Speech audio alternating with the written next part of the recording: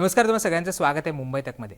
नवीन सरकार स्थापन झालेलं आहे आणि आता हिवाळी अधिवेशन नागपुरात आयोजित करण्यात आलेलं आहे। या हिवाळी अधिवेशनाआधी मंत्रिमंडळाचा विस्तार होणं आवश्यक आहे। आपण बघतोय की सुरुवातीला मुख्यमंत्री म्हणून देवेंद्र फडणवीस यांनी शपथ घेतली, त्यानंतर एकनाथ शिंदे आणि अजित पवार यांनी उपमुख्यमंत्री म्हणून शपथ घेतली। पण या मंत्रिमंडळामध्ये नेमके कोणाचे किती मंत्री असणार याबाबतचा जो खुलासा आहे तो अद्याप झालेला नाहीये। कोणाची नावं असणार, कोणाची नावं कट होणार याविषयी अनेक तर्कवितर्क लढवले जात आहेत। आता उद्या रविवारी नागपूरचं जे राजभवन आहे त्याच्या ज्या प्रांगणात आहे तो शपथविधी होणार आहे, मंत्र्यांचा शपथविधी होणार आहे आणि याच्यामध्ये भाजप असेल, शिवसेना असेल किंवा राष्ट्रवादी असेल या सगळ्या जे सगळे पक्ष आहेत त्यांच्या मंत्र्यांचा समावेश असणार आहे। आता या सगळ्यामध्ये मागच्या वेळी महायुतीमध्ये जे मंत्री होते ते राहणार का, कोणाचा काही पत्ता कट होणार का, आणखी नवीन कुठली नावं ॲड होणार आहे हे सगळं आपण या व्हिडिओच्या माध्यमातून समजावून घेणार आहोत। आपण आता सुरुवातीला भाजपचे संभाव्य मंत्री कोण असू शकतील जे उद्या राजभवनावर शपथ घेऊ शकतात त्याच्यावर नजर टाकूयात। तर आपण जर स्क्रीनवर बघितलं तर भाजपकडनं जे उद्या संभाव्य मंत्री असू शकतात त्याच्यामध्ये रवींद्र चव्हाण यांचं नाव घेतलं जात आहे। रवींद्र चव्हाण हे मागच्या महायुतीच्या सरकारमध्ये सुद्धा मंत्री होते। त्याचबरोबर नितेश राणे यांचं सुद्धा मंत्रिमंडळामध्ये त्यांची वर्णी लागू शकते, त्यांना सुद्धा मंत्री केलं जाऊ शकतं। त्यानंतर मंगल प्रभात लोढा जे गेल्या महायुतीच्या सरकारमध्ये सुद्धा मंत्री होते ते सुद्धा पुन्हा एकदा मंत्री होण्याची शक्यता आहे। आशिष शेलार यांना पुन्हा एकदा मंत्रिमंडळामध्ये घेण्याची शक्यता आहे। त्याचबरोबर अतुल भातखळकर यांना सुद्धा भाजपकडनं मंत्रिमंडळामध्ये संधी दिली जाऊ शकते। आपण बघतो की नवीन नावं इथे ॲड झालेली आपल्याला पाहायला मिळते। नितेश राणे असतील किंवा अतुल भातखळकर असतील यांना इथे संधी दिली जाऊ शकते। त्याचबरोबर शिवेंद्रराजे भोसले यांना सुद्धा यावेळेस मंत्रिमंडळामध्ये संधी दिली जाऊ शकते असं सुद्धा आता म्हटलं जाते। त्याचबरोबर गोपीचंद पडळकर यांना सुद्धा संधी मिळू शकते।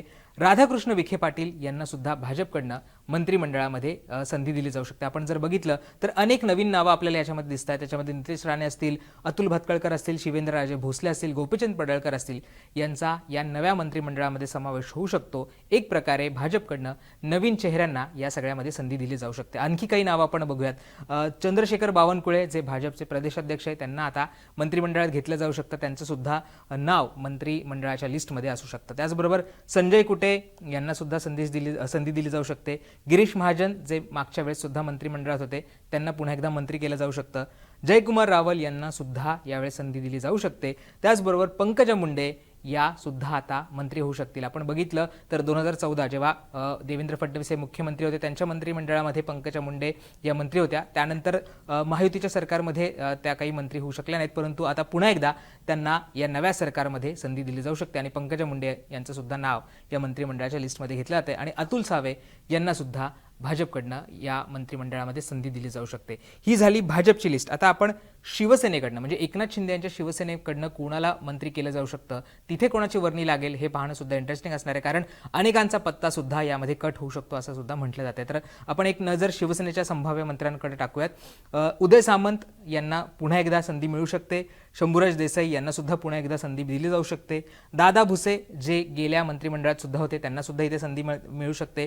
गुलाबराव पाटील यांना सुद्धा पुन्हा एकदा संधी मिळू शकते। दीपक केसरकर यांना सुद्धा पुन्हा एकदा मंत्रिमंडळात घेतलं जाऊ शकतं। संजय शिरसाट हे गेल्या वेळेस सुद्धा महायुतीमध्ये मंत्री होणार का अशी शक्यता होती, परंतु या मंत्रिमंडळामध्ये त्यांचा समावेश होऊ शकतो।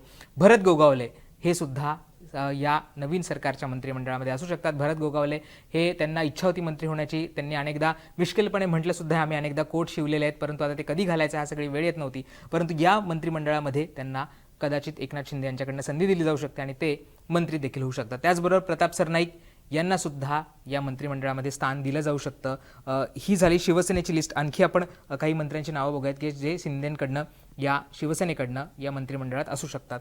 पुढचं नाव आहे आशिष जयस्वाल, हे सुद्धा मंत्री होऊ शकतात। राजेश क्षीरसागर यांना सुद्धा संधी मिळू शकते। तर अर्जुन खोतकर यांना सुद्धा एकनाथ शिंदे यांच्याकडनं या नवी मंत्रिमंडळामध्ये संधी दिली जाऊ शकते।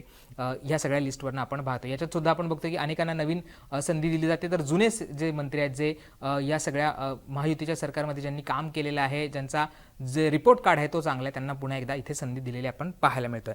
त्यानंतर अजित पवार यांच्या राष्ट्रवादीकडनं कोण कोण मंत्रिमंडळात असू शकतं, कोणाचा पत्ता कट होऊ शकतो हे पाहणं सुद्धा इंटरेस्टिंग आहे। अजित पवार यांच्या पक्षाकडनं आपण बघितलं तर छगन भुजबळ हे पुन्हा एकदा मंत्री होतील।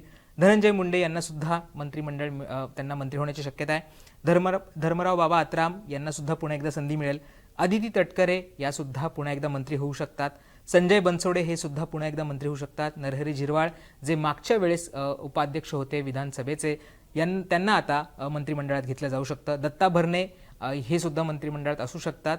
त्याचबरोबर अनिल पाटील यांना सुद्धा पुन्हा एकदा संधी दिली जाऊ शकते. आणि शेवटचं नाव म्हणजे मकरंद पाटील यांना सुद्धा अजितदादांकडनं संधी दिली जाऊ शकते. तर ही होती तिन्ही पक्षांकडनं ज्यांना मंत्रिमंडळामध्ये संधी दिली जाऊ शकते किंवा उद्या होणाऱ्या शपथविधीमध्ये हे मंत्री शपथ घेण्याची शक्यता आहे. आता इंटरेस्टिंगली आपण जर बघितलं तर याच्यामधनं अनेक नावं आता जी वगळण्यात आलेली आहे. आपण जर शिवसेनेचा विचार केला, एकनाथ शिंदे यांच्या पक्षाचा विचार केला, तर त्यांच्या काही नेत्यांबद्दल, त्यांच्या काही मंत्र्यांबद्दल अनेक तक्रारी होत्या, त्या भाजपमधनं होत्या आणि त्यांच्यावर अनेक वेळा टीका सुद्धा झाली होती. त्याच्यामधलं नाव होतं ते म्हणजे संजय राठोड. संजय राठोड यांच्यावर महाविकास आघाडीचं सरकार असतानाच अनेक आरोप झाले होते.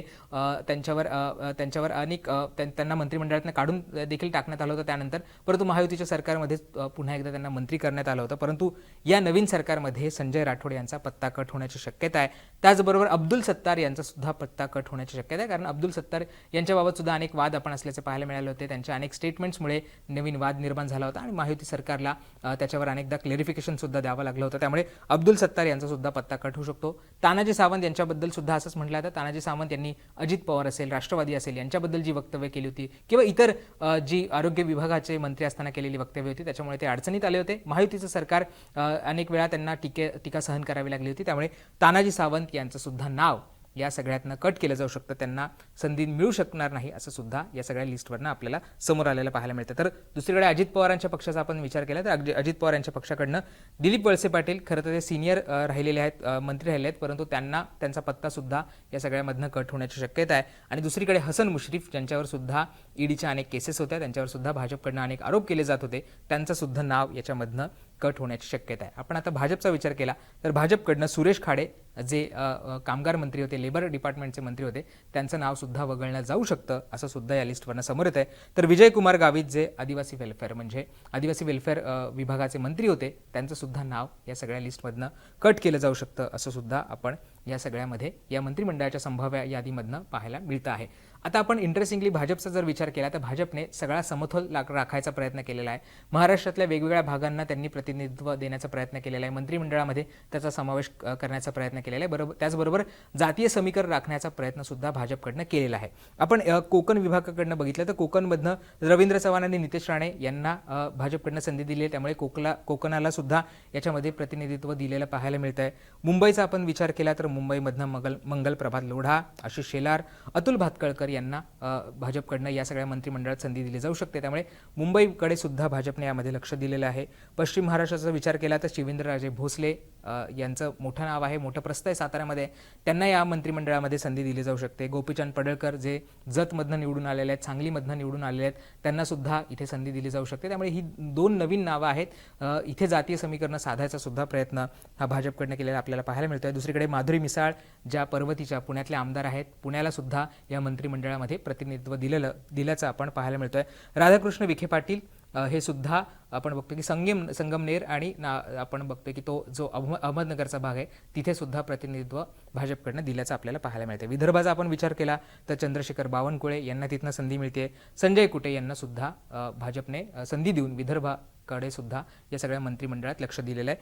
आपण जर नॉर्थ महाराष्ट्राचा म्हणजे उत्तर महाराष्ट्राचा विचार केला तर त्यातनं गिरीश महाजन जे मागे सुद्धा मंत्री होते त्यांना सुद्धा यावेळेस संधी देण्यात येते आणि जयकुमार रावल यांना सुद्धा या सगळ्या मंत्रिमंडळात संधी दिली जाते. त्यामुळे उत्तर महाराष्ट्राचा सुद्धा विचार भाजपकडनं या मंत्रिमंडळ विस्तारामध्ये केल्याचं आपल्याला पाहायला मिळतं. आणि मराठवाड्यामध्ये शेवटी पंकजा मुंडे आणि अतुल सावे यांना संधी देऊन हा सुद्धा एक जातीय समीकरण साधायचा आणि त्याचबरोबर मराठवाड्याला प्रतिनिधित्व देण्याचा प्रयत्न सुद्धा भाजपकडनं या सगळ्या लिस्टमध्ये केल्याचं आपल्याला पाहायला मिळतंय. अर्थात ही सगळी संभाव्य यादी आहे. उद्या राजभवनावर या सगळ्या संदर्भातला शपथविधी पार पडणार आहे. त्यामुळे कोण कोण शपथ घेतं, कोणाकोणाला कुठली मंत्रिपदं मिळतात हे सुद्धा पाहणं इंटरेस्टिंग असणार आहे. तुम्हाला या सगळ्या लिस्टबद्दल काय वाटतं, या सगळ्या नावांबद्दल काय वाटतं हे आम्हाला कमेंट करून सांगायला विसरू नका. आणि अजूनही तुम्ही मुंबई तकला सबस्क्राईब केलं नसेल तर ते सुद्धा करायला विसरू नका. धन्यवाद.